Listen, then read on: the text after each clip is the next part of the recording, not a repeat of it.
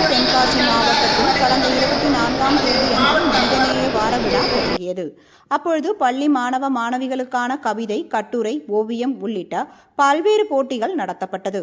இந்நிலையில் இன்று தென்காசி மாவட்ட ஆதிதிராவிடர் மற்றும் பழங்குடியினர் நலத்துறை சார்பில் மனிதநேய வார விழாவின் நிறைவு விழா தென்காசி ICI அரசு ஆண்கள் மேல்நிலைப் பள்ளி கூட்டரங்கில் இன்று நடைபெற்றது.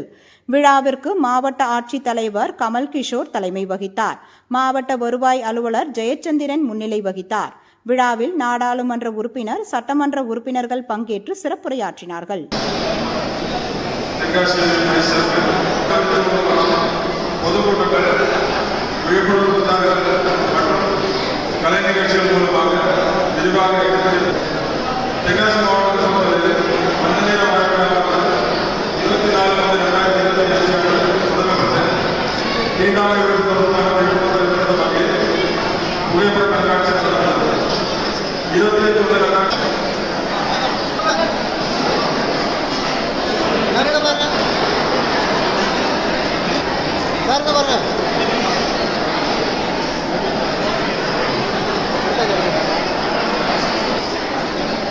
Bagaimana?